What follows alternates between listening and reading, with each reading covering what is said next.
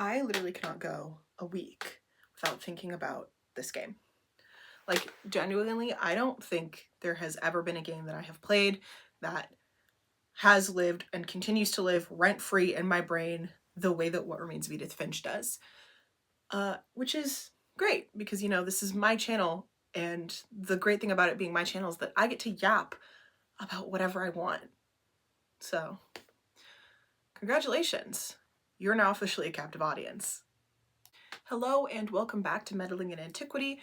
My name's Teray, and today we're going to be breaking down the Gothic sensibility, gender dynamics, and some of the weirdly gendered reviews of Giant Sparrow's What Remains of Edith Finch. So, fair warning for those of you who haven't played the game before, there will be mentions and depictions of death for just about every age. Like a lot of death. And some either implied or depicted pretty gruesome deaths.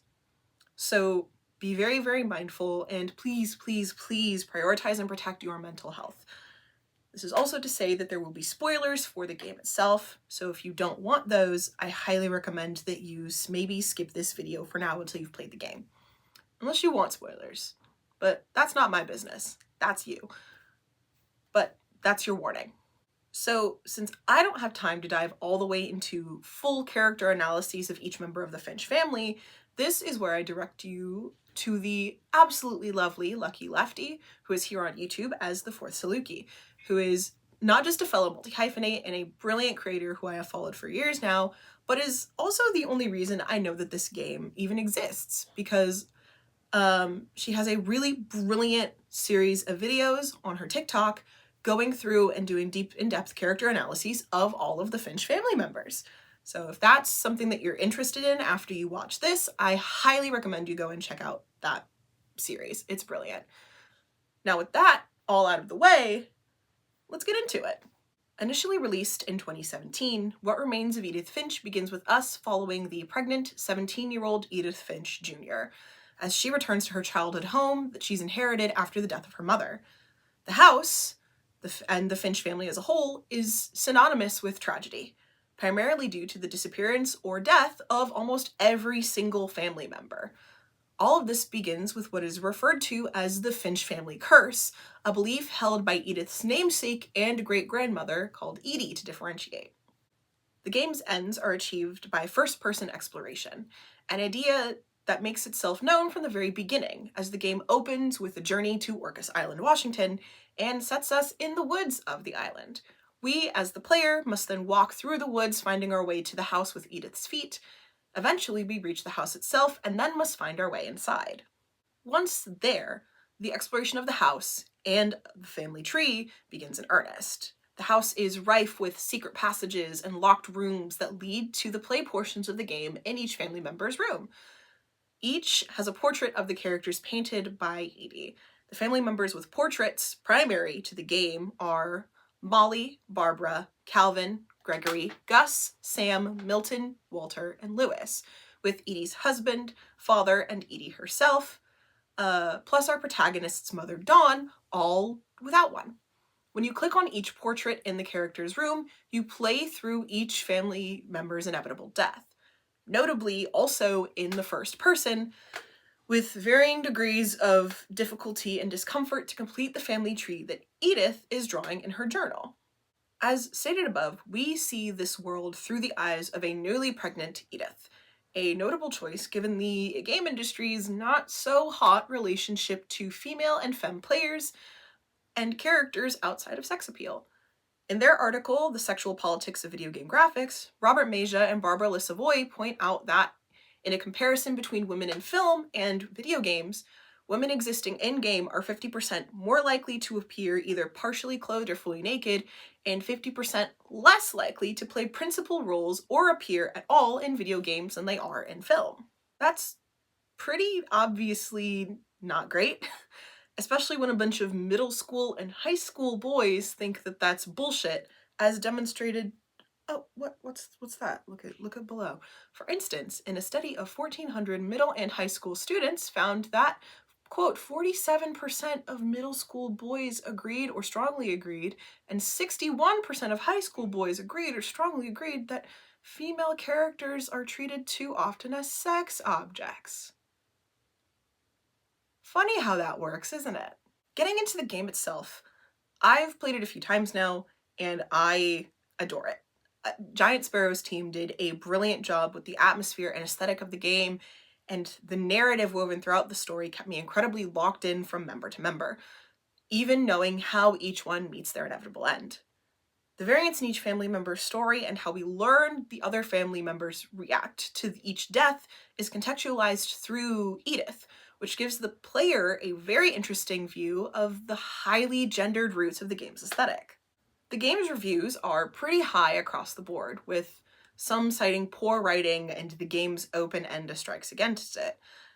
However, I find most of these reviews, especially as someone who has worked and still works currently as a writing tutor, has trained in writing center pedagogy, and has an AA in creative writing, and also just a general love of genre fiction, to be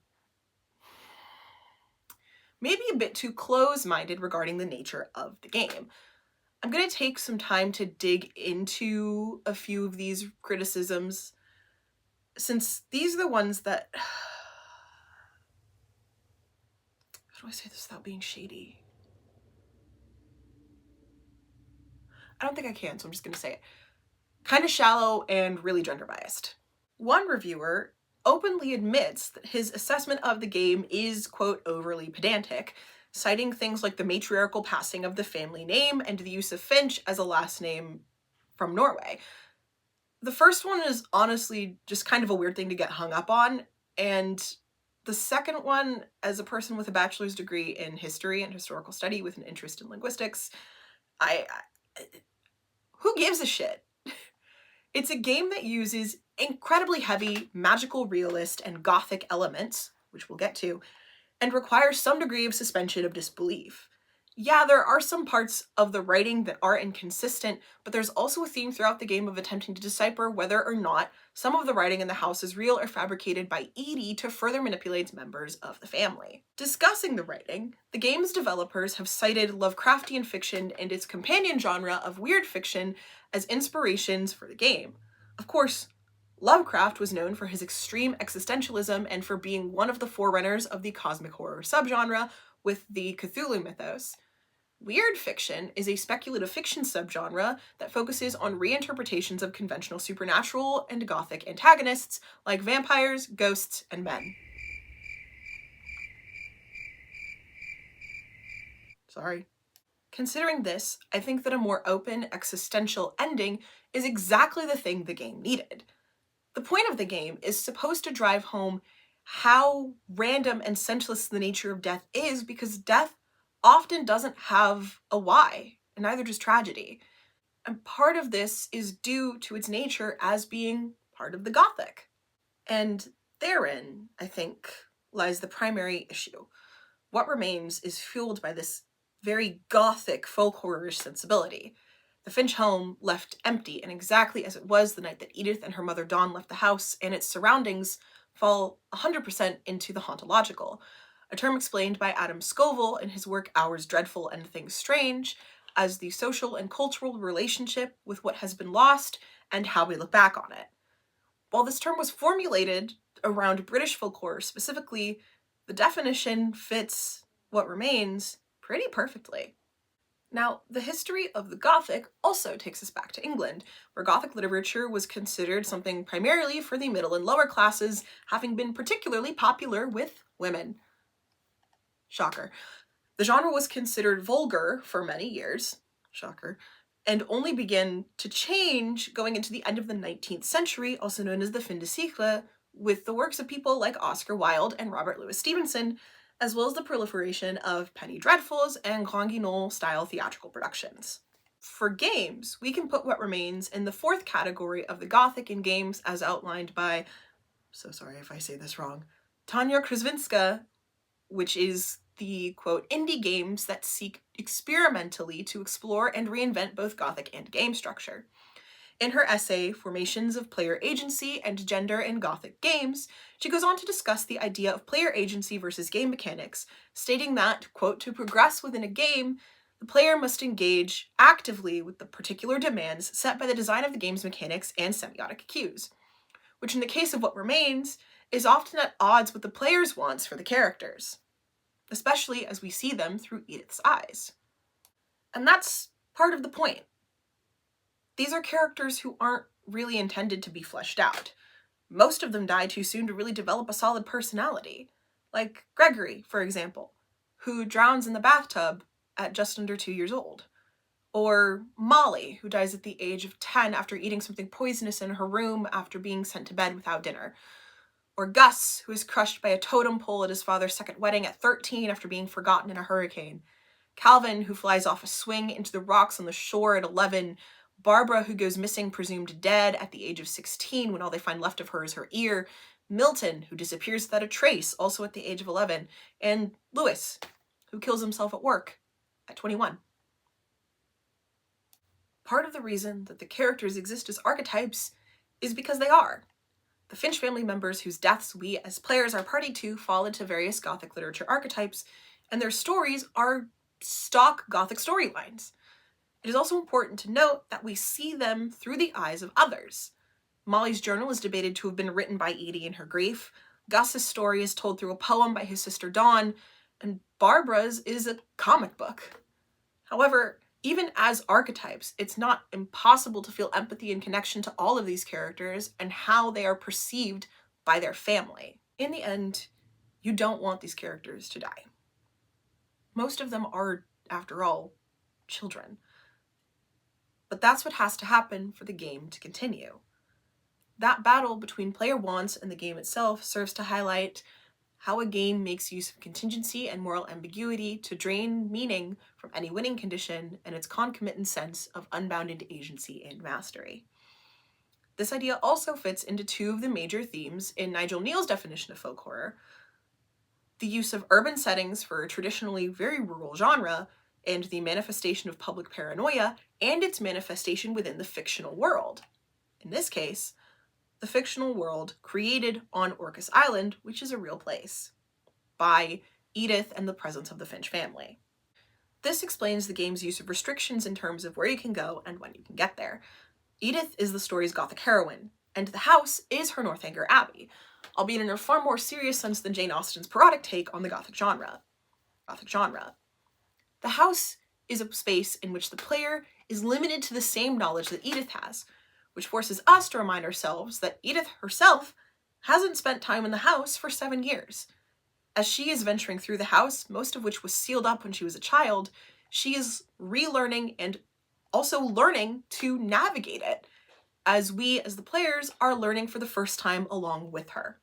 Overall, I think What Remains of Edith Finch is a game that has not received nearly as much hype as it should have. It's definitely suffered from reviewers of the game having a fundamental misunderstanding, or, at least in my opinion, no understanding at all of the tropic and intensely hauntological nature of the Gothic. That is, in part, due to no small level of, at least in my opinion, misogyny, as even now, the Gothic is still a highly gendered subgenre across the board. Just look at what reviewers and bad marketing did to Crimson Peak. Regardless of that, if you haven't played this game, I highly recommend you invest the time in it and go in expecting it to be nothing more than it is. An intensely atmospheric, Gothic story about a family and a curse and a house that may or may not be haunted. Thank you so much for watching this episode of Meddling in Antiquity, and I'll catch you in the next one. Bye. Now, if you want a Gothic, if you want good Gothic, Crimson Peak, bitch. Crimson fucking Peak. GDT might have done his big one with that one, but I haven't seen Frankenstein yet, so judgment reserved. But you want a good haunted house Gothic? Crimson Peak, your girl. Check it out.